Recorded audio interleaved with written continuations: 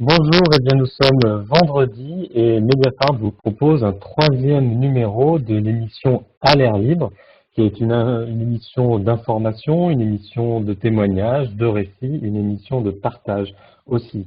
Alors une émission d'information parce que chaque jour on fera le point sur la crise sanitaire avec notamment des intervenants de la rédaction de Mediapart, des correspondants de Mediapart à l'étranger, puisque c'est évidemment une crise sanitaire à dimension globale et donc il faut s'ouvrir aussi à cette dimension.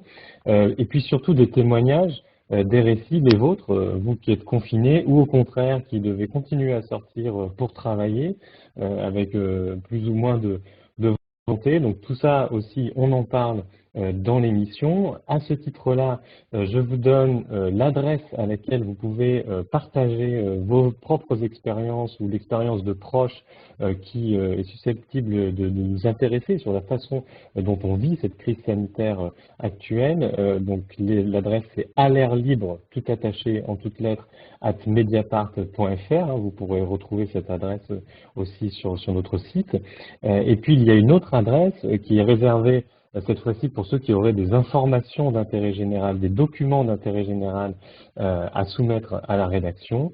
Là, l'adresse c'est covid@mediapart.fr. Donc, une émission d'information, on va parler des critiques dont fait l'objet l'exécutif français avec Hélène Salvi. On va aussi aller en Espagne et au Brésil où des concerts de casseroles sont organisés en parallèle des applaudissements dédiés au personnel soignant. Et puis dans la partie témoignage, Antione, je te laisse présenter le thème qui va porter sur le fameux exode dont on a parlé. Oui, tout à fait. Aujourd'hui, on va avoir des invités pour parler de l'Exode. Je crois que de manière assez spectaculaire, aujourd'hui, cette semaine, on a vu que l'arrivée de la pandémie, ou en tout cas l'accélération de la crise sanitaire en France et le risque dans les métropoles a un peu inversé le flux, c'est-à-dire des métropoles vers les campagnes, vers les espaces un peu plus aérés. Donc pour en parler, on va avoir Denis Paluel qui va nous rejoindre, qui est le maire de Ouessant dans le Finistère, et donc il va nous parler notamment de la problématique de l'arrivée massive des résidents secondaires qui ont profité ou qui, juste avant le confinement ou l'annonce du confinement généralisé, ont rejoint leur résidence secondaire. On va aussi parler avec Cécile et Mathilde des étudiants qui sont rentrés auprès de leurs parents et ensuite avec Françoise et Stéphanie d'une question plus générale, c'est comment à travers le départ ou l'exode, on arrive finalement, où on cherche à rompre aussi avec un modèle de société qui ne nous convient pas et dont on voit aujourd'hui les limites à travers cette crise sanitaire. Très bien, merci Antoine. Et puis à la fin de l'émission, nous verrons une vidéo de nos camarades d'Ouvrez les guillemets qui intervenaient autrefois tous les lundis avant le confinement. Je parle bien sûr d'Usul et Cotentin qui nous produisent donc un journal des confinautes, dont on verra la nouvelle édition en fin d'émission. Un dernier mot de présentation aussi pour rappeler que cette émission est en accès libre. Hein. Vous le savez, Mediapart propose du contenu pour ses abonnés, son indépendance est garantie par ses abonnés, mais cette émission-là, elle est ouverte à tous sur notre site, sur notre chaîne YouTube, et c'est la même chose également pour le contenu du club de Mediapart, les blogs de Mediapart, et pour le fil d'information dédié à la crise sanitaire qui est en accès libre également sur notre site. Alors, rentrons dans le vif du sujet avec toi, Hélène, puisque on voit monter pas mal de polémiques en ce moment liées à la gestion de la crise sanitaire par l'exécutif français. Tu viens de publier sur le site un article consacré à la confusion du pouvoir. Avant qu'on vienne sur le cœur des polémiques, peut-être un petit point pédagogique sur ce qu'on sait de la manière dont se prennent les décisions en ces temps de crise sanitaire, quels sont les acteurs principaux en dehors du président de la République et du Premier ministre, et à quel rythme prennent-ils les décisions qu'ils viennent ensuite nous annoncer à la télévision? Bonjour à tous. Alors en fait, les choses évoluent vraiment jour après jour et heure après heure. ce qui était vrai, ce que j'aurais pu vous expliquer de la façon dont les décisions se prennent lundi et mardi n'est plus vrai vendredi, et ce que je vais vous dire aujourd'hui sera certainement encore démenti dans quelques jours. Ce qui est sûr, c'est qu'en fait, aujourd'hui, il travaille sur un noyau très resserré autour du président de la République, du Premier ministre et des ministres qui sont, disons, majeurs dans cette gestion de crise. Le ministre de la Santé, évidemment, le ministre de l'Intérieur, Christophe Castaner, celui de l'économie, parce que c'est un vrai sujet qui est pris très très au sérieux au plus haut niveau de l'État. Et les décisions se prennent, voilà, vraiment, j'ai envie de dire, au fil des événements. Ce qui est assez intéressant, c'est qu'il se retranche depuis des semaines maintenant, c'est pas seulement depuis quelques jours, derrière les recommandations que leur font les membres du comité de scientifiques qui a été mis en place sous l'égide de l'ancien président, enfin du président du comité éthique français, M. Delfrécy, et donc tout se décide comme ça entre finalement une très petite poignée de personnes. Alors, est-ce qu'on peut parler davantage de ce conseil scientifique parce que effectivement, Emmanuel Macron et les membres du gouvernement à chaque fois parlent de les scientifiques, on fera ce que nous disent les scientifiques, mais en fait, il y a qui dans ce comité et est-ce que sa composition fait consensus parmi les fameux scientifiques et notamment ceux qui connaissent le plus c'est les maladies comme les pneumonies dont fait partie le coronavirus? En fait, c'est un peu divisé. C'est un comité qui compte, enfin un conseil qui compte 11 personnes. Il y a des médecins, des experts dans les épidémies, notamment du sida et d'Ebola. Il y a aussi des personnes issues des sciences sociales. Il y a notamment une anthropologue. Il y a certaines personnes qui ont commencé à émettre des grosses réserves sur la composition de ce comité scientifique, en expliquant que finalement, il manquait cruellement de personnes qui sont spécialistes, par exemple des maladies du poumon, et en vérité est en train de se profiler un autre sujet, c'est-à-dire que c'est pas tant que les personnes qui sont déjà membres de ce comité scientifique ne sont pas de bonnes personnes ou des personnes intéressantes, mais il s'avère que ce comité scientifique a visiblement quelques trous, il manque des spécialisations. Et d'ailleurs, le président lui-même est en train de s'en rendre compte parce qu'il a changé vraiment de discours au cours des derniers jours. Depuis des semaines, on nous répétait le conseil scientifique et a fortiori la parole publique qui en découle se montrait très rassurant.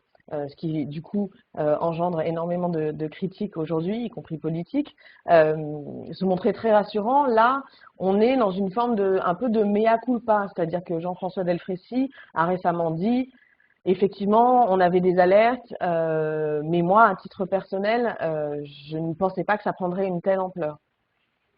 Alors, on imagine bien la difficulté que c'est pour les gouvernants d'avoir rassuré et puis maintenant, au contraire, d'alarmer, d'enjoindre les Français de respecter ce fameux mot d'ordre restez chez vous. En même temps, tout n'est pas forcément hyper clair dans la communication. Il y a plusieurs sujets. Un premier sujet, c'est le fameux mot confinement, qui a été répété par les membres du gouvernement, mais pas prononcé par Emmanuel Macron dans son allocution, qui était celle qui a été la plus regardée par les Français. Hein, les scores sont phénoménaux. Est-ce qu'on sait aujourd'hui pourquoi il n'a pas dit le mot confinement et les désagréments que ça a occasionné dans la communication gouvernementale? En fait, il était déjà acté entre eux depuis plusieurs heures qu'il ne dirait pas le mot confinement, pour plusieurs raisons. Ce qui est, à mon sens, alors bon, je donne mon avis, ce qui est une erreur politique, c'est-à-dire qu'à partir du moment où ça fait 4 jours que les gens entendent le mot confinement, c'est un peu compliqué que le président de la République arrive derrière sans le prononcer. Et d'ailleurs, c'est une des raisons pour lesquelles son message a mal été perçu dans sa deuxième allocution de lundi soir. Ils s'en sont rendus compte au gouvernement et c'est la raison pour laquelle, juste derrière, Olivier Véran, le ministre de la Santé, puis tous les autres, ceux qui ont pris la parole derrière, se sont mis d'accord pour prononcer le mot, pour que les gens comprennent bien qu'on parlait de confinement. Pourquoi le président de la République n'a pas dit confinement?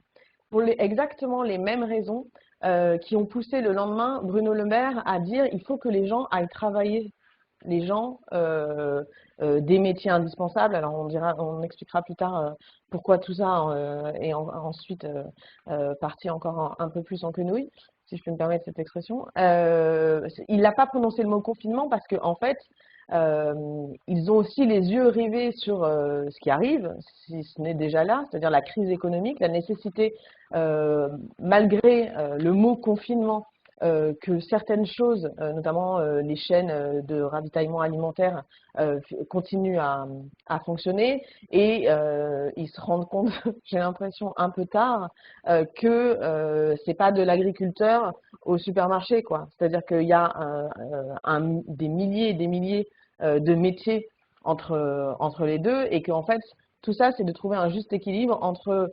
que les personnes comprennent bien qu'il faut qu'elles restent chez elles et en même temps qu'il n'y ait pas un confinement total pour que les personnes qui peuvent rester chez elles puissent encore s'alimenter. Enfin, tout ça est assez compliqué Alors, et visiblement pas anticipé.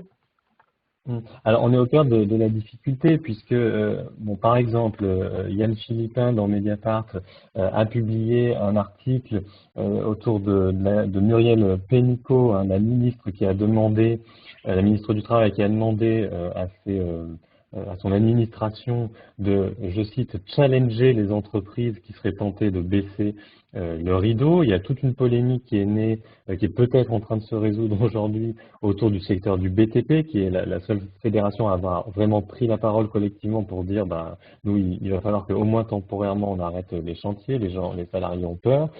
Et donc on se demande à travers tous ces signaux-là si la priorité sanitaire, la volonté de sauver les vies, n'est pas finalement entravée par le discours parallèle qui est de dire mais continuez à être sur le pont, il faut sauver la nation en faisant tourner la machine productive. Elle l'est complètement entravée parce que ce que je viens de vous dire vaut pour les métiers indispensables à la vie de tous les jours. C'est-à-dire pour avoir de l'électricité, pour manger, pour se soigner, évidemment.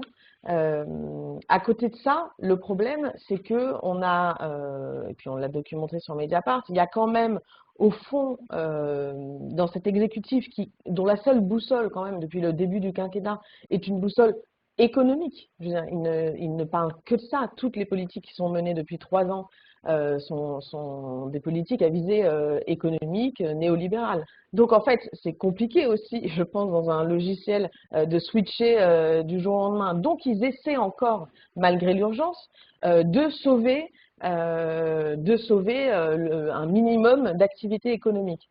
Je prends alors. L'exemple du BTP est effectivement flagrant. On ne voit pas en quoi des personnes doivent aller travailler aujourd'hui, en quoi c'est indispensable que les chantiers BTP se poursuivent. D'ailleurs, je pense que vu la polémique, ils sont effectivement en train de revenir dessus. Mais finalement, il y a d'autres sujets qui émergent. Le sujet des librairies, par exemple, qui est un sujet qui pourrait mettre tout le monde d'accord. Tout le monde aime lire, tout le monde trouve au fond de soi que la lecture est indispensable, enfin tout le monde plus ou moins. Il y a beaucoup de personnes qui pensent que c'est un métier essentiel, libraire, parce que c'est des nourritures intellectuelles, etc. Bon, dans les faits, les librairies indépendantes vont énormément souffrir. Le secteur culturel du livre, qui est encore un des secteurs culturels qui se maintiennent depuis que les plateformes ont envahi le secteur de la musique, va être énormément touché par ce qui est en train de se passer. Amazon, à contrario, va en profiter énormément. Pour autant, on voit que Bruno Le Maire, le ministre de l'économie, a commencé à dire qu'il serait d'accord pour observer dans des conditions sanitaires précises l'éventualité de réouvrir les librairies, mais ça n'a pas d'autre but que de sauver un secteur économique. Parce qu'en vérité, on a beau beaucoup aimer les livres, c'est pas indispensable à la vie de tous les jours. Ouais. Et une dernière question avec une réponse rapide, s'il te Promis. plaît, c'est à propos de la fameuse polémique autour des propos d'Agnès Buzyn qui a semblé dire qu'au fond, elle avait donné des alertes sur la crise sanitaire qui arrivait. Bon, comment réagit l'exécutif et surtout comment, en dehors des propos de cette ministre qui ne l'est plus, hein, puisqu'elle est devenue candidate à la mairie de Paris, entre-temps, où est-ce qu'on situe ce retard à l'allumage? Est-ce que il faut surtout le chercher dans ce fameux conseil scientifique dont on parlait tout à l'heure et dont tu expliquais que peut-être ils n'ont pas pris peut-être la mesure assez tôt de ce qui se passait? Il y a sans doute beaucoup d'explications en fait sur le retard à l'allumage et il y a fort à parier qu'on écrira énormément de papiers et qu'on en lira énormément dans les mois à venir sur le sujet. Le scénario qui se profile le plus est en lien étroit avec ce qu'on disait avant, c'est-à-dire que c'est pour visiblement, selon certains, des raisons économiques qui l'ont emporté au début. Il était pour les pros de Bercy qui égrènent les cabinets, que ce soit à Matignon, à l'Élysée, il était hors de question d'arrêter la machine, de bloquer le pays. Finalement, c'est des intérêts qui ont primé en premier, ce qui pourrait expliquer ce retard à l'allumage. Concernant Agnès Buzyn, ses propos ont été pris avec beaucoup d'amertume et beaucoup de perplexité. Parce que, en vérité, ce qu'ils disent, c'est que les alertes qu'elle a pu faire, déjà, bon, disent-ils, elle n'en avait jamais fait mention, ni publiquement, comme nous, on a pu le constater, puisqu'elle disait l'inverse à l'époque, en conférence de presse, ni en Conseil des ministres. Une alerte entre deux portes d'un ministère, c'est pas franchement une alerte, et encore que les premières réunions qui se sont tenues sur le sujet à Matignon, c'était fin janvier, un dimanche même, je m'en souviens bien. Et pour autant, c'est pas, enfin, il est évident qu'elle avait pris quand même au sérieux les choses. Eux, ce qu'ils répondent, c'est que oui, elle l'avait pris au sérieux et que du coup, eux aussi avaient commencé à le prendre au sérieux. Très bien, mais on te remercie Hélène pour toutes ces explications très claires. Et je renvoie à tes papiers sur Mediapart. Concernant les critiques dont font l'objet les gouvernants, on va aller un peu à l'étranger maintenant et je vais aller en Espagne, à Madrid. Et on va retrouver Martí Blanchot, qui est étudiant en journalisme et donc qui est confiné à Madrid. Alors bonjour Martí, et première question pour commencer, comment on vit le confinement à Madrid? Ça fait depuis combien de jours que vous êtes confiné? Bonjour, bah déjà merci de m'avoir invité. Ici, ça fait donc depuis, disons samedi soir qu'on est confiné, donc on commence là le 7e jour, ça va être la fin de la première semaine. Je pense qu'on le vit assez bien. À Madrid, contrairement à Paris, bon déjà le confinement est beaucoup plus dur quoi. Ici c'est interdit de sortir dans la rue, même pour faire du sport, pas de running, pas de petites balades autour du bloc de pâté de maison, c'est vraiment pour enfin, aller chercher à manger, produits de première nécessité et l'hôpital.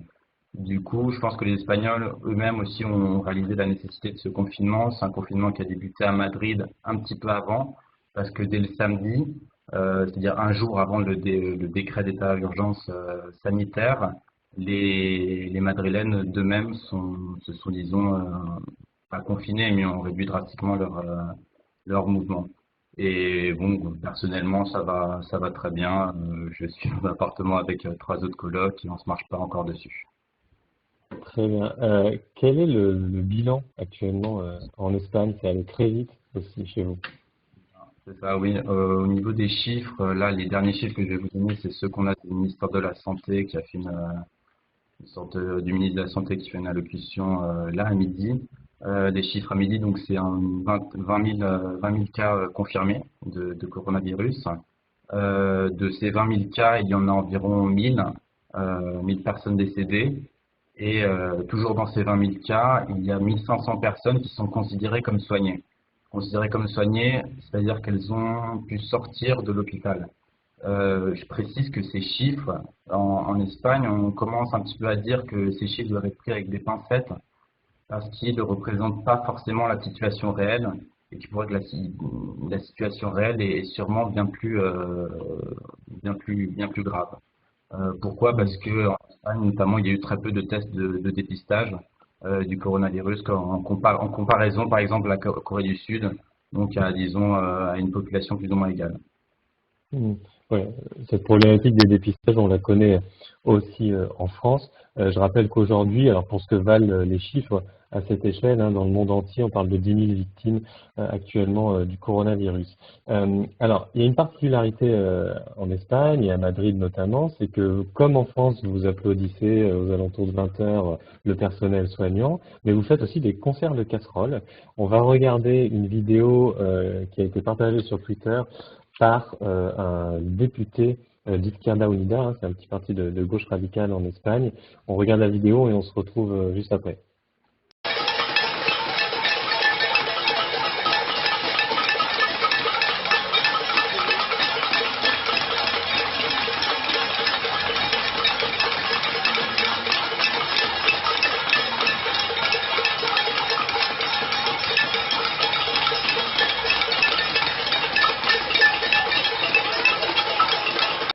Alors, Marty, cette vidéo de concert de casseroles, ce concert de casseroles, il est dirigé contre la monarchie plus que le gouvernement. Est-ce que tu peux nous expliquer pourquoi les Espagnols, en pleine crise sanitaire, visent la monarchie et en particulier l'ancien roi qui est pris donc dans beaucoup d'affaires de sous, de grosses. Oui, bah oui, hein, pour mettre un petit peu en contexte, ce concert de casseroles, il a eu lieu donc mercredi dernier à 21 heures, donc 1 heure après l'applaudissement en remerciement au personnel sanitaire. Pourquoi ce concert de casseroles? Donc c'est une sorte de protestation contre un nouveau scandale qui impliquerait Juan Carlos I, donc le roi émérite, ex-roi d'Espagne et père de l'actuel roi Felipe VI. Il faut aussi prendre en compte que ce concert de casseroles à 21 heures, il a eu lieu en même temps que l'allocution très courte de l'actuel roi Felipe VI, dans lequel en fait l'actuel roi n'a fait aucune référence à ce scandale qui impliquerait son père. Quel scandale? Donc le scandale en fait ce serait 100 millions de dollars qu'aurait reçu Juan Carlos I de la part de l'Arabie Saoudite, à travers une sorte de montage financier qui implique un compte en Suisse dont le bénéficiaire est une fondation domiciliée au Panama, dont l'unique bénéficiaire est Juan Carlos I. Ce virement s'est fait alors que Juan Carlos I était encore roi d'Espagne. Et pour la petite histoire, on ne sait pas encore pourquoi ces 100 millions $, 100 millions de dollars ont été versés, mais une des pistes les plus probables, ce serait qu'il s'agisse une sorte de paiement de l'Arabie Saoudite en remerciement d'une médaille, donc la plus haute médaille en Espagne, décernée au roi Abdallah, dans un effort un petit peu de blanchir le régime d'Arabie Saoudite. C'est pas encore prouvé, c'est une des pistes, disons une des pistes les plus probables, entre autres. Mais oui, donc c'est pour ça que les Espagnols ont un peu protesté contre ce scandale. Et aussi pour remettre en contexte ces 100 millions de dollars que les Espagnols sentent qui leur appartiennent, quoi, parce que ces 100 millions de dollars dans un contexte où les hôpitaux publics sont déjà à saturation, ces 100 millions, c'est une grosse somme qui pourrait être injectée dans le système de santé publique. Oui, c'est ce que j'allais dire, c'est que l'Espagne a été dans le premier front, si j'ose dire, des politiques d'austérité qui ont été menées après la crise de 2008, ce qu'on a appelé la crise des dettes souveraines dans l'Union européenne, dans la zone euro. Et donc ce concert de casseroles, c'est aussi, en quelque sorte, on peut l'interpréter comme ça, une défense du système de santé publique abîmé par cette décennie en fait de restrictions de dépenses publiques. Oui, exactement. On entend souvent ici à Madrid les applaudissements au personnel sanitaire en général, mais beaucoup aussi de viva à la sanidad pública, à la santé publique. Et derrière, donc après ces applaudissements, sur Twitter, sur les réseaux sociaux, beaucoup de beaucoup de politiques critiquent en fait, considèrent que cette saturation du système sanitaire public est due donc à ces coupes budgétaires depuis la crise de 2008. Cette saturation actuellement, on la voit dans un manque crucial de lits d'hôpitaux, de personnel, de matériel sanitaire. Quand il y a un manque de personnel, c'est qu'il n'y a pas assez de masques, pas assez de blouses. Dans un hôpital de Talavera, donc la région de Castille, à côté de Madrid, il y a des médecins qui ont dû mettre des sacs poubelles en guise de blouse de protection pour ne pas choper le coronavirus. Et là, aujourd'hui même, le ministère de la Santé a annoncé qu'il va devoir mobiliser 50 000 personnels sanitaires. Ce personnel sanitaire, il va être recruté entre les étudiants en médecine de dernière année, donc qui ne sont pas encore diplômés, et les retraités. Donc ça montre vraiment l'ampleur du problème et vraiment la saturation du système. Dernière question très rapidement avant qu'on aille au Brésil. L'Espagne n'est pas du tout organisée de la même façon qu'en France. Nous, on a un État historiquement très centralisé. Vous, ça n'est pas pareil. Vous avez des communautés autonomes, hein, des régions qui ont beaucoup d'autonomie. Comment est-ce qui est ressenti du coup toutes les décisions, pour le coup très centralisées, qui sont prises par le gouvernement en ces temps de crise sanitaire? Oui, c'est ça. Il y a, disons que chaque autonomie, qui pourrait être un peu l'équivalent des régions françaises, a son propre gouvernement. Toutes les autonomies ont des compétences dans le système de santé, c'est-à-dire chaque autonomie a son propre système de santé. Et donc le décret d'état d'urgence sanitaire disposait que en fait le gouvernement central centralisait du coup toutes ces compétences. Au niveau national, enfin de toutes les régions, ça a été bien accepté, sauf en Catalogne en fait, où quand je dis la Catalogne, et spécifiquement Quim Torra, le président de la Generalitat, donc du gouvernement catalan, qui a considéré que en gros cette centralisation, il s'agissait je cite, d'une confiscation des compétences de la Catalogne. Donc je pense, pour résumer en fait, les politiques régionaux ont compris la gravité de la situation et il n'y a pas d'opportunisme politique, excepté du côté de la Catalogne et là encore, précisément, disons, une partie de la classe politique catalane. Très bien, ben, écoute, on te remercie, on va suivre ça également de notre côté. Merci beaucoup d'être intervenu, d'avoir pris du temps pour nous. Sans tarder, on va filer du côté du Brésil. On va retrouver Jean-Mathieu Albertini. Jean-Mathieu, bonjour. Est-ce que tu es bien avec nous? Oui, normalement, c'est bon. Parfait. Alors, Jean-Mathieu, on a parlé du concert de casseroles qui a eu lieu en Espagne contre la monarchie, et il me semble qu'au Brésil aussi, vous connaissez des concerts de casseroles, mais cette fois-ci contre le président d'extrême droite, on peut le dire, Jair Bolsonaro. Oui, c'était un énorme concert de casseroles même qui a eu lieu mercredi soir. Il y en a eu aussi plusieurs mardi dans plusieurs villes, mais mercredi vraiment ça a eu un gros impact et ça s'appelle des panelas, c'est des concerts de casseroles qui ont été beaucoup utilisés par les opposants à l'ancienne présidente Dilma Rousseff avant son impeachment et qui ont été récupérés en fait par les mécontents là contre Bolsonaro en fait, puisque Bolsonaro il a une attitude depuis le début de la crise qui a largement été critiquée en fait, bien au-delà des critiques qu'il reçoit d'habitude. On va dire des groupes de gauche ou même du centre. Là, ça a été quasi unanime, à part vraiment dans son réduit de partisans radicaux. Il a été quasi unanimement critiqué, quoi. Donc, ce qui s'est passé, en fait, c'est que depuis le début de la crise, lui, il a minimisé en fait la pandémie, quoi. Pour lui, c'était une hystérie, c'était quelque chose qui n'était pas vraiment grave, on en faisait beaucoup. Comme il aime bien mettre la faute sur les médias, il disait que c'était voilà, les médias qui en faisaient trop pour créer une hystérie.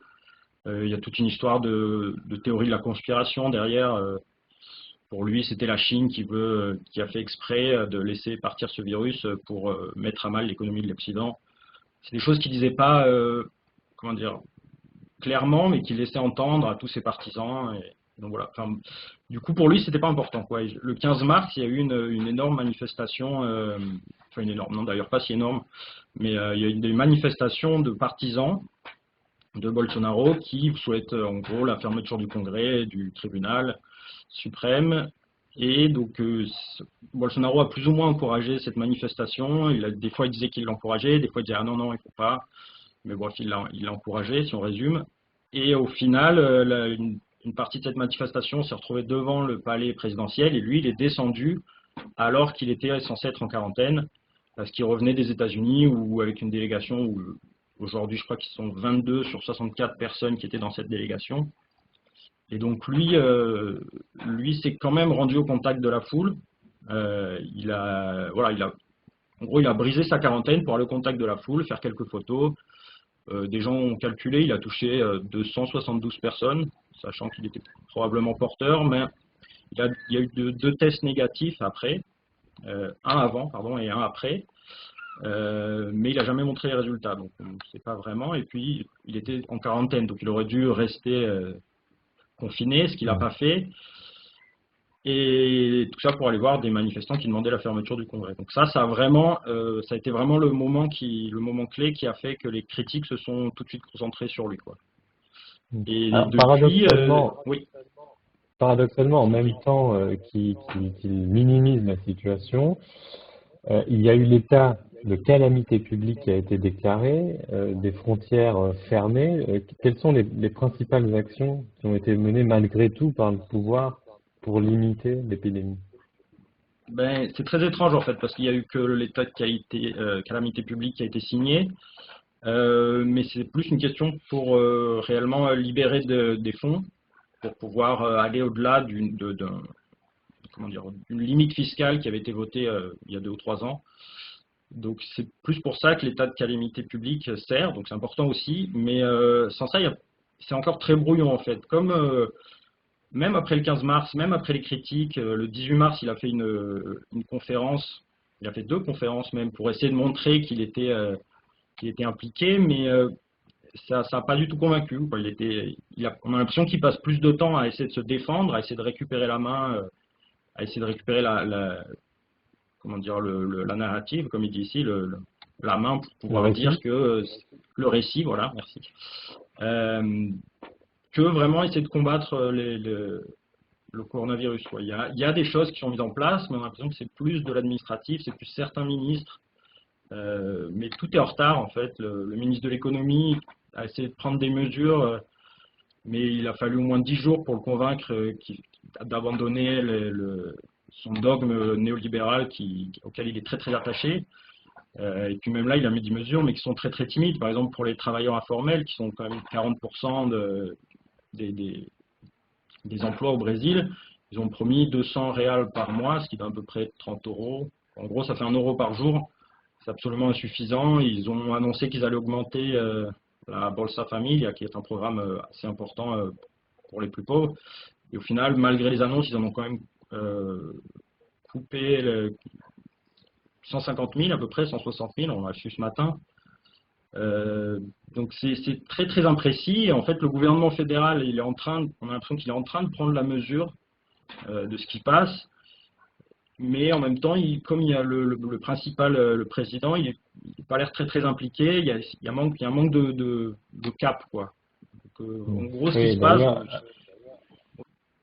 Un manque de cohérence aussi, parce que les Européens, les Asiatiques n'ont plus le droit de venir au Brésil, mais rien n'est fermé avec les États-Unis. Donc c'est un peu difficile de s'y retrouver. Une dernière question, parce qu'après je dois passer la main à Antione, qui a des invités, dont des maires qui sont très occupés.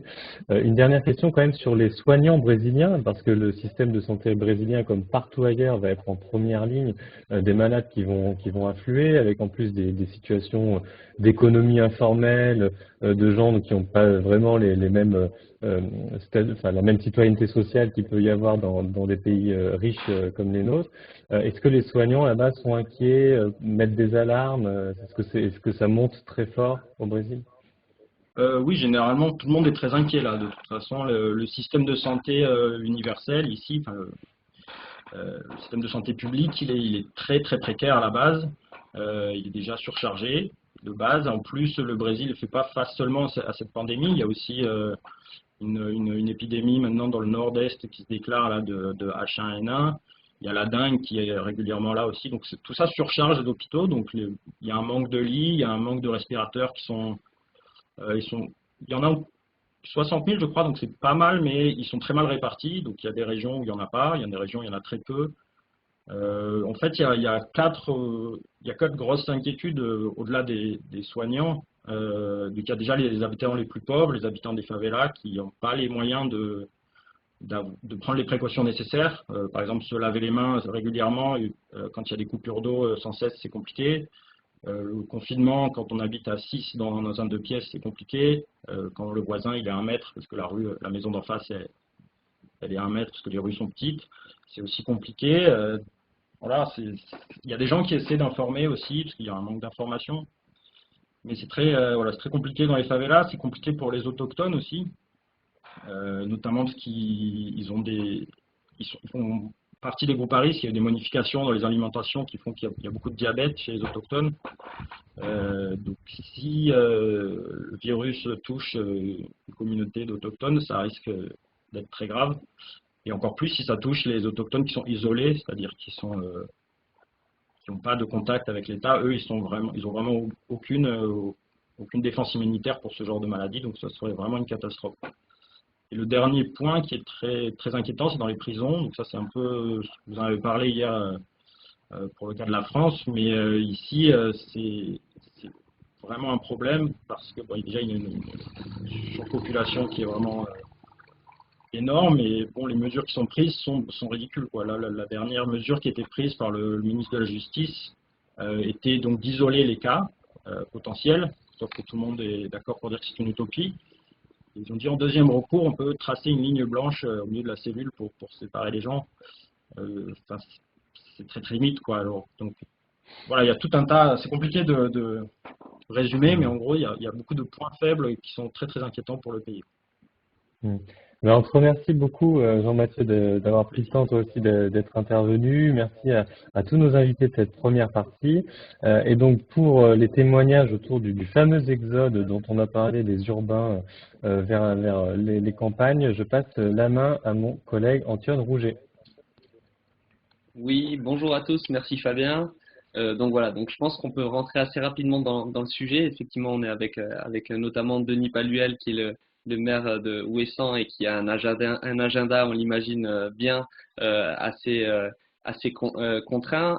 Donc voilà, donc on va aborder la thématique assez complexe et diverse de l'exode. Je pense qu'on a tous vu cette semaine ou au moins en début de semaine les images à la fois dans les grandes gares de métropole ou chez les loueurs de voitures d'urbains qui essayaient à tout prix avant le confinement de quitter la ville. On a vu les images sur les bords de plage de Nice ou de La Baule de personnes qui étaient plus en vacances que confinées. Et on a aussi été traversé, je pense, dans nos familles, où on a reçu pas mal de témoignages sur la boîte à l'air libre de personnes qui étaient tiraillées et qui se sentaient voilà, en difficulté par rapport à ce sujet-là. Est-ce que je pars? Est-ce que je vais rejoindre ma famille? Est-ce que quand je suis étudiant, je pense qu'on en parlera voilà, avec Cécile et Mathilde, est-ce que je rentre chez moi? Voilà, c'est un sujet extrêmement complexe qui recoupe des réalités différentes. Et pour en parler dans un premier temps, donc on reçoit Denis Paluel. Bonjour monsieur, j'espère que vous allez bien. Est-ce que vous m'entendez? Oui, je vous entends. Donc voilà, donc l'idée avec vous, vous êtes maire de Ouessant depuis 1995, vous êtes aussi président de l'association des îles du Ponant qui regroupe une quinzaine d'îles du Finistère. Et donc l'idée, c'était avec vous de faire un point sur la situation depuis le confinement, depuis l'arrivée aussi de pas mal d'habitants qui ont des résidences secondaires sur vos îles, voir quelle était aujourd'hui la situation. Est-ce que vous avez, on dit notamment dans la presse que la fréquentation s'apparente à celle du mois d'août ou de l'été. Est-ce que c'est vraiment une réalité que vous constatez sur le terrain? Alors, si je vous parle de Ouessant, non, pas du tout. On en est même très loin. Mais on est un petit peu, enfin voilà, il y a 15 îles habitées sur la façade Manche-Atlantique, mais il y a des situations qui sont quand même très diverses. Moi, si je vous parle des îles du Finistère, notamment Ouessant, Molène et l'île de Saint, c'est des îles qui ne sont pas très accessibles et puis qui n'ont pas un phénomène, je dirais, de tourisme et de résidence secondaire aussi marqué qu'on peut avoir à Bréa ou dans le Morbihan, donc ou même pour aller plus bas à l'île-Dieu ou à l'île de Ré. Donc très clairement, je ne vais pas vous parler d'invasion ou autre, c'est pas du tout le cas. Après, voilà, nous on a une situation qui est même un petit peu compliquée parce qu'on est à 3 heures de bateau de Brest. Hein, le port d'attache du bateau, c'est Brest. On est une petite commune de 800 habitants. On a un seul médecin généraliste, une population quand même assez vulnérable puisque assez âgée. On n'est pas connecté au continent pour l'eau potable, pour l'électricité. En fait, on doit se débrouiller par nous-mêmes. Donc, nous, c'était une réaction de bon sens de dire on nous demande d'être confinés, c'est pas pour doubler ou tripler la population, parce qu'effectivement, en été, la population, elle double ou elle triple. C'est par rapport à des fragilités qu'on peut prévoir qu'on a essayé de prendre ces mesures, qui sont pas simples à prendre, parce que moi, j'ai ma fille, par exemple, et c'est sa compagne qui vit à Paris, d'un tout petit appartement, et elles sont infirmières toutes les deux, avec une petite fille. Je vois très bien que c'est compliqué, ça. C'est humain et je peux le comprendre. Après, écoutez, vous parliez d'exode, mais puisqu'on a un langage guerrier en ce moment, à l'image de notre président. Enfin, l'exode, c'est quand on quitte une zone de combat pour aller vers une zone à l'arrière, mais le combat, il est partout. C'est un petit peu ça le problème. Et puis, moi, j'ai un peu de mal à comprendre comment nous, on nous demande d'aller dire à, je sais pas, un gars de chez nous qui se balade avec son chien sur la plage, puis il n'a pas le droit, et puis on voit des gens qui traversent la France pour rejoindre leur résidence secondaire. Donc, il faut aussi un petit peu de logique. Donc, pour résumer, voilà, nous, on n'a pas cette invasion et je pense que le risque est quand même limité, même si on a quand même pris des mesures préventives. Mais il est vrai que j'ai vu la colère de certains maires d'autres îles où, effectivement, ils se trouvent, entre guillemets, envahis, les supermarchés vidés, etc. Est-ce que concrètement, vous pouvez revenir sur les mesures que vous avez prises concrètement et sur la manière surtout dont vous avez réussi à les articuler? J'imagine que vous avez eu des échanges préalables avec les services de l'État, avec les préfectures notamment. Est-ce que vous avez senti une tension ou une vision différente? Parce qu'on a l'impression sur ce sujet-là aussi que finalement les mesures sont prises, je parle de l'appareil d'État, à rebours. Et là, on voit aujourd'hui, par exemple, qu'il y a eu un arrêté du préfet de Paris visant à réguler ou à limiter le départ, notamment en week-end, ce qui peut sembler effectivement assez étonnant dans un contexte de confinement. Mais voilà, il y a des mesures maintenant qui sont prises. En Norvège, il y a eu des choses beaucoup plus proactives, notamment sur la question de la limitation ou de l'interdiction du départ dans les résidences secondaires. Vous, comment ce dialogue-là s'est instauré avec l'État et comment vous avez pu prendre des mesures et lesquelles concrètement? Très honnêtement, au départ, nous, on n'a pas eu de consigne du tout de l'État là-dessus, il faut être clair. C'est en négociant avec la compagnie qui assure la traversée et puis la région qui gère les transports maritimes qu'on s'est dit qu'il était de bon sens de n'avoir, parce qu'on n'a plus que 2 bateaux par semaine. C'est-à-dire qu'on a une liaison avec le continent le mardi et le jeudi, et le reste du temps, comme aujourd'hui, il n'y a aucune liaison. On ne peut pas partir d'Ouessant, ni y arriver. Donc on avait mis ça en place, et puis c'est vrai que la préfecture, après, nous est un peu tombée dessus, mais vous n'avez pas le droit. Les résidences secondaires, alors juridiquement, je peux le comprendre, hein, ils ont une propriété, donc le droit de propriété, tout ce qui va avec. Et alors après, il a fait quelque chose d'assez extraordinaire, c'est que le préfet a pris un arrêté disant que dans l'article 3, les résidences secondaires, en gros, avaient le droit de revenir chez eux. Et article 4, les maires peuvent déroger à l'article 3. Ça veut dire, on vous refile la patate chaude, on a trouvé ça sympa. Donc on a continué comme ça. Et maintenant, on se pose même la question de dire, peut-être que la semaine prochaine, on va demander qu'il n'y ait plus de passagers qui puissent venir ou repartir, parce que sinon, ça n'a plus aucun sens de parler de confinement et si les gens continuent à aller venir entre l'île et le continent. Encore une fois, c'est les fragilités aussi d'un petit territoire. Vous prenez Molène à côté, c'est 150 habitants, 200 habitants, il n'y a pas de médecin. Voilà, nous aujourd'hui, s'il y a des évacuations à faire, ça peut être le canot de sauvetage ou autre, c'est très limité. Donc c'est du bon sens, tout simplement. Mais encore une fois, je pense que voilà, il y a eu beaucoup d'ordres et de contre-ordres et de choses un peu floues, mais je crois qu'il n'y a pas qu'à Ouessant. Comment ça a été perçu justement de la part de la population, à la fois les résidents à l'année, et est-ce que vous avez eu des échanges avec des personnes qui ont des résidences secondaires qui voulaient venir et qui ont été empêchées? Est-ce que ces personnes-là ont pu comprendre votre démarche, y compris sur l'empêchement visant pour des raisons simplement sanitaires pour pas importer ou pour pas risquer de propager la pandémie sur l'île? Est-ce que vous avez eu ce type d'échange-là ou ça n'a même pas été jusque-là? Si, bon, vous savez, on est un maire d'une petite commune, les échanges peuvent être très facilement directs, on est très accessible. Donc voilà, j'ai eu des coups de fil, j'ai eu des mails. Alors on a toujours les meilleurs prétextes du monde, hein, c'est rejoindre une vieille cousine, une tante qui est toute seule, ou la connexion Internet n'est pas bonne chez moi et je veux faire du télétravail à Ouessant. Enfin, il y a plein de choses. Moi, je peux tout entendre, mais voilà. Après, on est obligé de prendre des décisions et de s'y tenir. Sur l'accompagnement Il y a une pression forte qui est faite.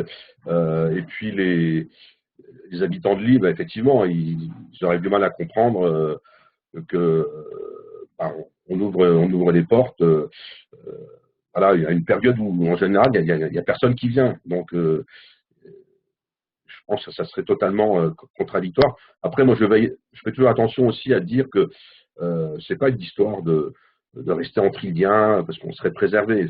C'est pas vrai. Parce que le samedi soir, quand il y a eu, enfin, en début de soirée, quand il y a eu l'annonce qu'il y avait le confinement, on était tous au bar à fêter la Saint-Patrick, à se toucher les uns les autres. Et il y avait du monde à Ouessant, y compris du monde d'ailleurs. Donc, le virus, je pense qu'il est là comme partout. Mais voilà, il faut pas charger la barque, hein, elle est déjà fragile comme ça et c'est tout. Mais je veille aussi à dire voilà que c'est pas une histoire de ne pas accueillir l'autre, c'est tout simplement être raisonnable par rapport à une situation donnée.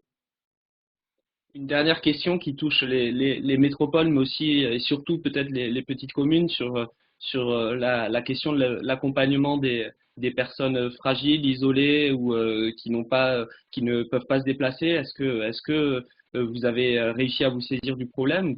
Comment vous arrivez à le résoudre? Est-ce que vous avez organisé par exemple des tours pour faire les courses pour les personnes âgées ou des dispositifs comme ça?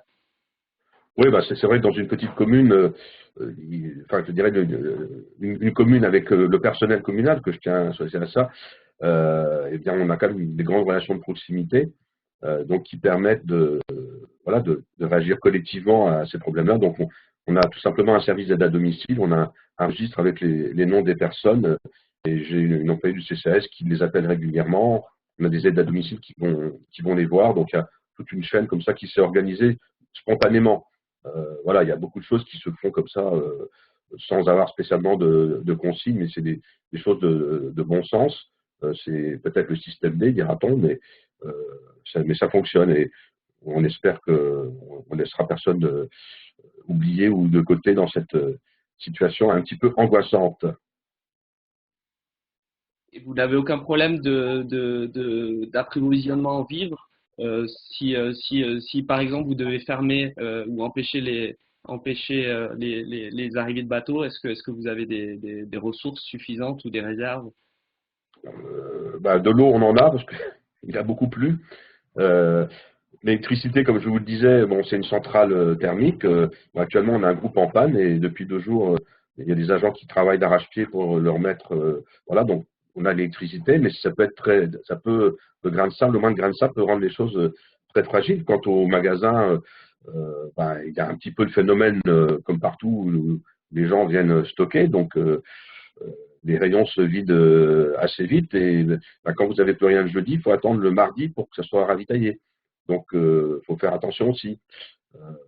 Et compter aussi, à Ouessant aussi, hein, on n'est pas meilleur ni pire qu'ailleurs, sur un peu de civisme des gens. Mais globalement, je dois reconnaître que ça se passe plutôt bien. Alors, c'est vrai que je prends l'exemple de Ouessant, mais j'imagine que, et je l'ai vu comme vous, dans d'autres îles, ça va être beaucoup plus compliqué à gérer ces afflux de population. Écoutez, monsieur, je vous remercie. Je sais que vous avez beaucoup de travail, donc je ne vous retiens Il ne pas faut pas plus exagérer non longtemps. plus. Tout le monde à D'accord. son poste a du travail. Tout à fait. Merci beaucoup et puis à bientôt. Alors, on continuera à suivre ça. Merci. Merci à vous. On va partir, on va retourner sur la terre ferme avec donc Cécile et Mathilde qui sont en Normandie, dans une ville proche de Rouen, c'est ça, collée à Rouen. Et donc vous, toutes les deux, vous êtes étudiantes et vous avez décidé de quitter vos villes où vous étudiez pour rejoindre vos parents. Est-ce que tout va bien et qu'est-ce que ça fait de retourner au foyer familial? Est-ce que vous pouvez m'en parler un petit peu? Eh ben oui, tout va bien. On est rentré depuis lundi. Mathilde revient de Paris et moi je reviens de Lille. Et effectivement, c'est pas facile d'être retour chez ses parents, surtout quand ça fait 5 ans qu'on vit tout seul. Donc, il faut se réhabituer un peu à la vie familiale, mais voilà, ça revient vite en fait. Et la question de rentrer chez nos parents, enfin pour ma part en tout cas, c'était pas vraiment posé longtemps. Paris, grande ville, petit appartement, être tout seul. Voilà, là on retrouve une cohésion familiale qui est quand même assez sympa. On a un plus grand espace, on a un jardin. Quand il a fait beau, on a pu profiter des quelques rayons de soleil. Donc il y a ce côté vie de famille qui reprend et c'est quand même assez agréable. Ouais, au niveau moral, je pense que c'est important d'être tous les quatre et je pense que c'est ce qui a poussé nos parents aussi à nous demander de rentrer parce que c'est eux qui ont fait la demande. Plus ou moins, ouais. Et de mon côté, enfin, on s'est un peu posé la question de rentrer parce qu'on a eu des vies sociales un peu plus développées que nos parents. Et donc, on s'est demandé si c'était responsable de rentrer quand même. Bon, visiblement, pour l'instant, tout va bien. Mais c'est vrai que ça a quand même fait Justement, partie. qu'est-ce qui a été le déclencheur? Est-ce que c'est quelque chose que vous avez anticipé dès le début en vous disant on est dans une gradation et il faut qu'on quitte nos appartements parce qu'on va être mieux avec nos parents? Ou est-ce que c'est quand vous avez vu finalement qu'il y avait une forme de panique soit à Paris ou à Lille que vous êtes dit qu'il était urgent de partir? Est-ce que vous êtes parti au dernier moment en faisant votre sac un peu à la va-vite pour partir, ou est-ce que c'était quelque chose de plus pensé et organisé? Bah pour le coup, pour la petite histoire, moi je reviens en fait d'un séjour universitaire que j'ai fait au Vietnam. Donc mon départ a été anticipé, je devais rentrer fin février en France et vu de la situation en Chine qui commençait à empiéter un petit peu sur le territoire vietnamien, les parents avaient pris les devants et me faire ramener en France oui, avant le retour que j'avais prévu normalement. Donc le fait de voir les cas s'accumuler en France, c'était un peu dans le prolongement de cette philosophie en voulant nous garder saines et sauves à la maison. Donc ça s'est pas posé plus que ça finalement. J'ai eu les consignes, moi je suis en stage à Paris, donc les consignes de mon entreprise ont été données vaguement vendredi. Samedi, j'ai eu un appel de ma manager en me disant qu'on allait faire du télétravail. Donc lundi, j'ai pris mon ordinateur et je suis rentrée directement à la maison après en avoir discuté avec les parents. De mon côté, ça a été un tout petit peu plus précipité. Je pensais rentrer que le mardi, puis en fait, les trains s'annulaient, les trains Lille-Rouen s'annulaient progressivement. Donc, j'ai dû vider mon appartement comme si je déménageais vraiment dans la journée, quoi, dans la journée du lundi, donc un peu plus précipité. Et est-ce que la décision était limpide et unanime dans toute la famille, ou est-ce que même à titre individuel, vous vous êtes dit à un moment que vous étiez potentiellement aussi porteuse du Covid, porteuse saine, c'est-à-dire que vous ne déclenchiez pas les symptômes et que vous preniez peut-être le risque dans votre environnement familial de finalement de propager la pandémie? Ouais, bah, ouais, on l'a en tête et du coup, bon, la maison est assez grande, donc on arrive à se répartir entre les différentes pièces, mais on essaye de faire attention, on se lave les mains, on se fait pas d'embrassades, de câlins, de bises, de choses comme ça. Enfin, on essaye de faire hyper attention entre nous, quoi. D'accord. Et vous êtes confinés, ou vous même du coup vous êtes toutes les deux en alternance. Est-ce que vous travaillez, vous avez la possibilité de télétravailler, ou comment ça marche? Alors du coup, moi, de mon côté, de mon entreprise, c'est tombé aujourd'hui. Donc on va passer en activité partielle. Donc le télétravail va toujours s'effectuer, mais avec des volumes horaires moins importants et on est répartis dans chaque pièce de la maison pour pour pouvoir travailler dans de bonnes conditions et pas se gêner. Et moi, je suis en alternance dans un quotidien qui s'appelle L'Opinion. Et pareil, nous, toute la rédaction est en télétravail, donc ça fonctionne avec des conférences de rédaction en visioconférence le matin. Ou pareil, on a les mêmes consignes de se mettre en mute pour pas gêner tout le monde. Donc voilà, en fait, ça dérange pas trop parce que c'est des tâches qu'on peut faire aussi bien derrière son bureau, même si effectivement il manque la partie peut-être un peu reportage et vraiment échange avec les personnes, quoi. Est-ce que vous avez j'imagine que vous avez des échanges avec les potes de vos promos respectives. Est-ce que quelles sont les situations? Est-ce qu'il y en a beaucoup qui sont rentrés auprès de leur famille, ou est-ce que les autres sont restés dans leurs appartements étudiants et ont la possibilité de télétravailler, mais depuis leur appartement étudiant? Alors moi, j'ai eu justement une bonne amie. On a fait nos études à Rouen lycéen ensemble. Et là, elle vient de m'apprendre que du coup, elle est porteuse du virus corona. Enfin, elle est porteuse, mais pour elle, ça s'apparente plus à une grippe. Et elle s'est pas trop posé la question de rentrer. Tous mes amis proches sont rentrés, donc on vit tous avec nos parents. Et là, pour son cas, elle est confinée dans sa chambre. Ses parents lui apportent un plateau repas pour qu'elle ait le moins d'interaction possible avec le reste de sa famille. Mais pour mes autres amis, j'ai un bon ami aussi à moi, sa grand-mère est décédée en début de semaine. Donc voilà, la maladie est présente, heureusement pour nous, pour le moment ça va. Mais ouais. Et du côté de ma promo à Lille, il y a eu des phénomènes de gens qui se créaient des colocs ou qui rejoignaient des colocs de potes pour vivre le confinement à plusieurs et éviter la solitude.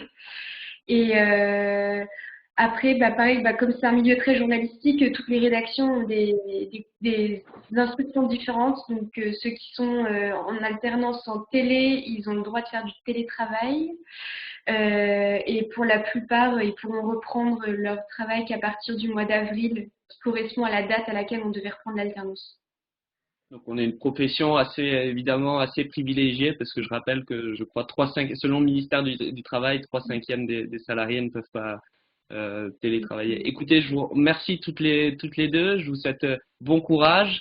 On se tiendra informé évidemment si la situation continue, et voir l'évolution aussi de comment on revit auprès de ses parents pendant toute cette période. On va partir dans la région de Mulhouse avec Françoise et Stéphanie, dans la montagne. Donc là, c'est un confinement un peu à l'air libre. Donc vous êtes à 40 km de Mulhouse, c'est ça? Vous avez fui Mulhouse, qui est l'un des foyers de la pandémie en France. Est-ce que vous pouvez nous raconter voilà le choix le moment où est intervenu ce choix de partir, et comment vous êtes concrètement parti dans la montagne? Bonjour déjà. Ouais, après c'était assez facile parce qu'on a des amis qui habitent la montagne, un chouette endroit. Donc voilà, dès qu'il y a eu, enfin voilà, on a entendu parler de confinement. Du coup, moi j'habite Mulhouse et je me suis dit je vais devenir dingue à Mulhouse. Voilà, à savoir que c'est quand même assez tendu ici. Voilà, on est quand même, c'est très très anxiogène, et pour cause, puisque le virus il fait pas mal de dégâts. On a pas mal de gens autour de nous qui sont malades, voilà. Donc ouais, c'est un choix, enfin en tout cas pour ma part assez évident.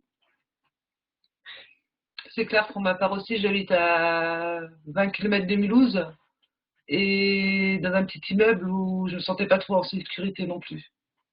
Voilà. Est-ce que ce choix, c'est un ressort vraiment, c'est plutôt de l'instinct de survie, de se dire on est menacé et donc il faut qu'on parte, ou est-ce qu'il y a quelque chose de plus profond, un peu philosophique, politique, de rupture, un peu de profiter finalement enfin profiter avec des guillemets, mais de saisir cette occasion pour rompre avec votre quotidien en ville à cette occasion-là? Ouais, je pense que bon, de toute manière on est politisé, c'est clair, c'est une manière de vivre, et c'est vrai qu'on est plutôt dans la décroissance et on essaye là actuellement, on fait des cueillettes avec des ours, sorties, pissenlits, voilà quoi, on essaye de bouger. On a la chance comme les étudiants qui sont en Normandie d'avoir accès sur l'extérieur, ce qui n'est pas possible pour les gens qui sont confinés dans les immeubles et ça c'est vraiment très très précieux. Même si bon, c'est quand même assez surveillé là dans le coin, il commence à y avoir des brigades vertes qui sillonnent la montagne pour que les gens ne partent pas trop dans la montagne. Mais on a encore quand même le loisir de disposer de l'extérieur et c'est assez, enfin moi je trouve ça assez impressionnant de voir un minuscule virus mettre en péril la société capitaliste voilà et c'est vraiment, on voit à quel point tout ça c'est fragile et on voit l'économie effectivement se ralentir, on voit que nous aussi, nous-mêmes, on se ralentit, et on rentre dans une temporalité qui est vraiment différente. Ici, dans des endroits comme ça, où on est vraiment... Il y a plus d'avions dans le ciel ici. D'habitude, il y a encore des passages. Là, il y en a très, très peu. La seule chose qu'on voit, malheureusement, c'est des hélicoptères des hélicoptères militaires qui ramènent visiblement des gens sur Nancy ou ailleurs, des gens malades. Mais sinon, à part ça, c'est vraiment très, très calme. Il n'y a plus de voitures, il n'y a plus rien. On n'entend que les oiseaux. Et tout ça, ça va vous donner vachement envie. Mais voilà quoi, c'est vraiment agréable et c'est vrai que les nouvelles qu'on a du monde, où je sais pas en Sardaigne, il y a des dauphins qui sont revenus, des canaux à Venise qui s'éclaircissent, les Quinois qui revoient dans certaines régions le soleil pour la première fois après des mois, des années. Il y a quelque chose qui est en train de se passer et qui devrait faire réfléchir aussi les gens. C'est un contexte voilà, c'est un contexte de révolution aussi, moi je trouve. Et je trouve ça chouette. C'est une révolution où peut-être il faut prendre soin de soi, il faut prendre soin des autres. Et il y a quelque chose là-dedans d'assez beau. Voilà, c'est pas la guerre, c'est autre chose qui. Moi je pense c'est vraiment un espace méditatif, quoi. On a le temps pour enfin, ouais, il y a plein de questionnements. On est tous porteurs sains ou pas porteurs sains, ou voilà, on peut déclencher la maladie, on peut choper le virus n'importe où, n'importe quand. Comment on se côtoie, comment on fait avec tout ça, puis de regarder autour de nous ce qui se passe. Moi, je trouve ça vraiment super intéressant. Voilà, tout en ayant conscience vraiment là où on est, ça cartonne autour. Les gens sont très malades et on est très très inquiets pour plein de gens qui sont autour de nous et on pense aussi aux soignants. Voilà. Concrètement, Françoise, est-ce que vous pouvez nous décrire un petit peu, est-ce que vous arrivez à en imprimant bien sûr ou en recopiant une attestation du ministère de l'Intérieur, à prendre votre attestation, à vous balader en montagne? Est-ce que vous croisez des gens? Est-ce que vous avez la possibilité de profiter de l'extérieur? Ou à l'inverse, est-ce que vous sentez que vous pouvez être contrôlé et est-ce que c'est un espace de liberté totale là où vous êtes? On est encore bien libre, effectivement. On a de la chance, mais un peu d'appréhension quand même, on fait attention. Donc vous avez une attestation dans laquelle vous signez que vous allez faire des courses ou non? Même pas? Pas pour l'instant. Pas pour l'instant. Là, on passe directement du jardin à la forêt, quoi. Voilà. On est directement le jardin dans la montagne, il n'y a pas de clôture, quoi. Donc voilà, on évite de prendre des routes ou des sentiers battus. Et on croise personne. On se promène comme les animaux, en fait. Voilà. On voit des papillons. Nous sommes des animaux. Est-ce que vous êtes encore en contact avec des amis à vous qui partagent le même niveau de réflexion, notamment politique, mais qui ne sont pas partis, qui sont malades, qui craignent d'être contaminés par le virus? Comment on arrive à maintenir une relation quand on est dans deux mondes totalement différents en ce moment? Avec les moyens, avec le téléphone, tout de suite, voilà. Après, les gens, ils sont contents pour nous. C'est pas de la jalousie, en fait. Ils sont vraiment contents. Et après, on est triste pour eux, quoi. Parce qu'en fait, pour nos amis, par exemple, j'ai des jeunes qui sont confinés dans un petit appart avec 30 mètres carrés, un enfant. Enfin, c'est très difficile, quoi. Et qu'est-ce qui les a empêchés de faire ça? C'est des critères de revenus, c'est le travail, c'est parce que vous concrètement, comment vous arrivez du coup vous êtes en rupture par rapport aussi à toute la relation avec le travail, avec la production, etc. C'est ça, je suis au chômage. D'accord. Pardon, allez-y. Et vous, Stéphanie, pardon? Moi, je bosse pour une asso, je fais des ateliers d'éducation à l'image j'anime des ateliers d'éducation média, un peu tout ça. Et là, on est complètement panne en Alsace. Là, c'est fini. Là, tout est bouclé.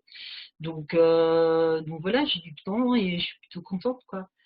Et ouais, après, lui, bien sûr, c'est la précarité qui bloque les gens. Et je pense que là, il y a vraiment des gens ça doit être très très dur pour eux, vraiment très très dur.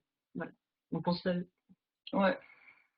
Et vous avez l'impression d'avoir encore prise sur la même réalité ou d'être dans le même monde qu'eux, ou vous sentez que les chemins s'écartent inexorablement? Est-ce que vous pensez revenir après en ville? Est-ce que vous voulez au contraire vous éloigner encore plus de ce que vous avez vécu? Bon, on reviendra manifester, c'est clair. Voilà, il n'y a pas de souci. Non, mais moi je pense que ça va ensemble. Après, c'est des choix perso qu'on fait ou pas, quoi. Non, bien sûr, oui, on est solidaires et puis on viendra manifester et vraiment envahir les villes dès qu'on pourra. Écoutez, sur cette parole optimiste, on va terminer cet épisode de témoignage. Je vous remercie vraiment à tout le monde. Merci Cécile, merci Mathilde, merci Françoise et Stéphanie. Je vous souhaite bon courage dans vos confinements respectifs et je redonne la parole à Fabien. Au revoir. Au revoir. Oui, merci Antoine. Eh bien, moi de mon côté, je vais vous proposer de regarder la vidéo que Usul et Cotentin nous ont envoyée. C'est le journal des confinautes. Regardez. Tu m'entends? Ouais, t'as trouvé des trucs un peu positifs à montrer aux gens? Bah j'ai essayé, mais c'est pas évident, on dirait que c'est la saison des trous de balle en ce moment. Ah, on peut dire trous de balle sur Mediapart maintenant. Ah bah écoute, je suis chez moi, je fais ce que je veux, qu'ils viennent me chercher.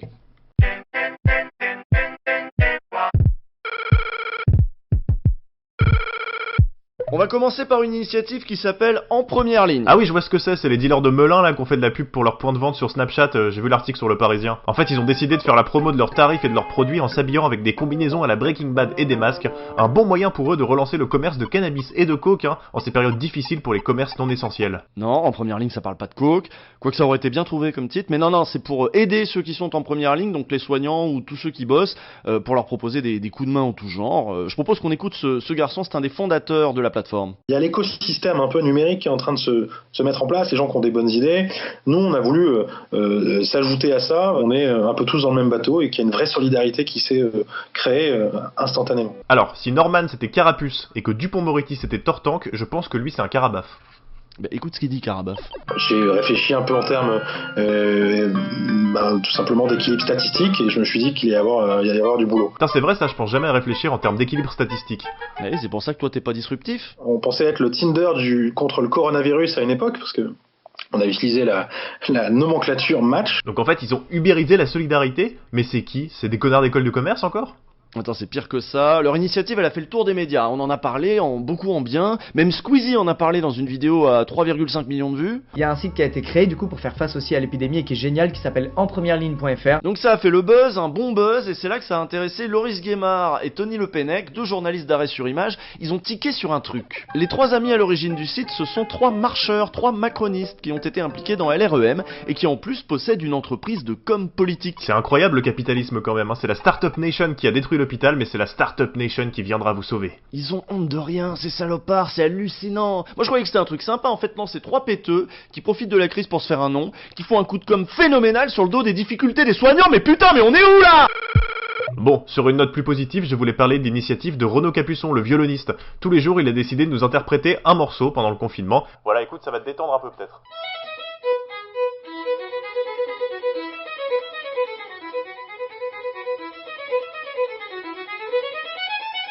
Non mais t'as vu la bio de Renaud Capuçon?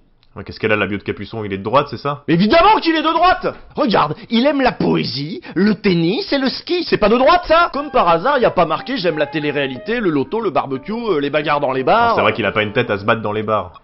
Ah non mais je suis vraiment ravi qu'en cette période de crise, là, tous ces gens de droite puissent bénéficier d'un petit surcroît d'exposition, ça me fait vraiment plaisir. Ouais mais c'est joli, réécoute. Je m'en fous que ce soit joli, moi j'ai pas de jardin, j'ai pas de violon, j'ai jamais fait de ski. Qu'est-ce qu'on est à foutre? Je peux plus les voir ces gens, putain, il ferait mieux de fermer leur gueule. On se rappelle qui a voté à droite, on se rappelle pourquoi les soignants là ils sont en manque de lits, ils sont en manque de personnel, on se rappelle à cause de qui? Des gens comme les caissières par exemple, elles vont au boulot là en ce moment, la boule au ventre pour 700 € par mois, c'est à cause de gens comme ça, putain. Bon, bah lundi ce sera ouvrez les guillemets, et promis mardi dans les confinotes, pas de mec de droite, hein.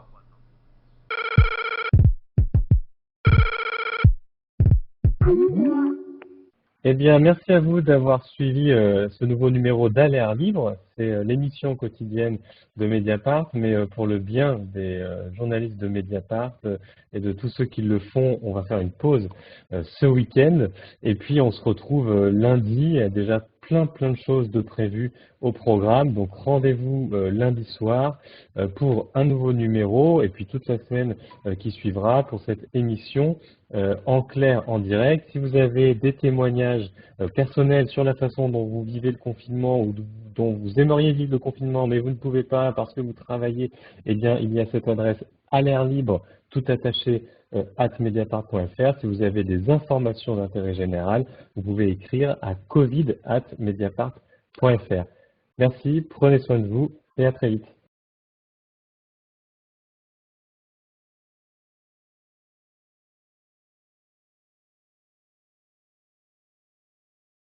Merci beaucoup. Merci à tous. Merci à tout le monde. Beaucoup.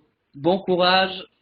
Et n'hésitez pas à nous tenir au courant de l'évolution. Merci. Bon courage à vous aussi. Merci, c'était super chouette.